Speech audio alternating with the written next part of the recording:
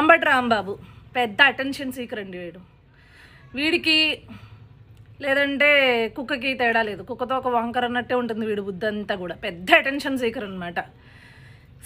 ఇప్పుడు నిన్ను కార్యకర్తలు, వేరే పార్టీ కార్యకర్తలు లేకపోతే ప్రజలే అపోజ్ చేస్తున్నారు అనుకో, నువ్వు సమాధానం చెప్పాలి. ఎందుకంటే నువ్వు గత ప్రజాప్రతినిధివి, ఒక ఎక్స్ మినిస్టర్వి. నువ్వు చేసే కార్యక్రమాన్ని వాళ్ళు అపోజ్ చేస్తున్నారంటే మీరేదో వాళ్ళు మిమ్మల్ని నమ్మట్లేదు, వాళ్ళకి ఎందుకు అడ్డుకుంటున్నారనో లేకపోతే అడ్డుకునే హక్కు మీకు లేదనో, రాజ్యాంగంలో మాకు కూడా కొన్ని కార్యక్రమాలు చేసుకునే ఇది ఉంది, కల్పించింది, రాజ్యాంగం కల్పించిందనో ఈ రకంగా చెప్పడం నాయకుడి యొక్క లక్షణం.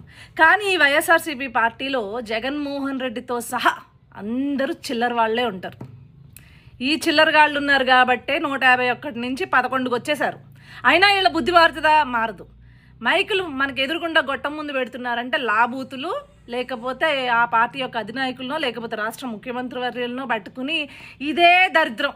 ఈ దరిద్రాన్ని ఎన్నేళ్ళ నుంచి మమ్మల్ని చూడమంటారు నాకు అర్థం కావట్లేదు.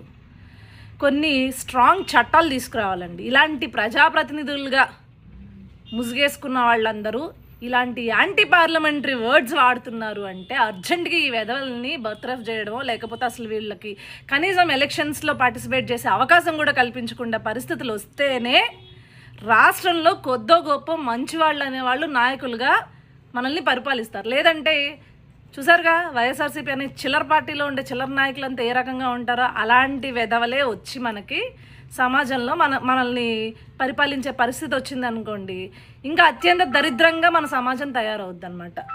సో అది పరిస్థితి. ఇప్పుడు నేనేమంటున్నాను అంటే, అరే అంబటి రాంబాబు, నువ్వు బూతులు తిట్టేసినంత మాత్రాన నువ్వు పెద్ద నాయకుడువో లేకపోతే పోటుగాడువో అనేది కాదు. నీకు దమ్ము ఉంటే నువ్వు ఏదైతే టాపిక్ గురించి ఈరోజు పుడింగిలా బయలుదేరావో దాన్ని నిరూపించుకోండి. ఈరోజు ఏదో సుప్రీంకోర్టు వంక అడ్డం పెట్టుకుని ఈరోజు మేమంతా పెద్ద పతిత్తులు అని చెప్పుకుంటున్నారు. అస్సలు నెయ్యే కలపలేని పరిస్థితి ఉంది. మరి ఏ నెయ్యి తీసుకొచ్చి ఎక్కడి నుంచి కలిపారు అనేది తర్వాత వస్తాయి. రావాల్సిన వ్యవహారాలన్నీ తర్వాత వస్తాయి. అప్పుడు ఏ రకమైన బూతులు మీ నోట్లోంచి వస్తాయో లేకపోతే ప్రజలందరూ కలిపి మిమ్మల్ని అలా బూతులు తిట్టాలో అప్పుడు చూసుకుందాం. అంతేగాని నోరుంది కదా అని చెప్పేసి చంద్రబాబు నాయుడు గారిని అడ్డంగా తీస్తే కొడకా చెప్తున్నా, తెలుగుదేశం పార్టీ కార్యకర్తలు మళ్ళీ ఇదే ఎమోషన్తో బయటకు వస్తే నేను 4 కోసేంతవరకు వస్తారు, చూసుకో.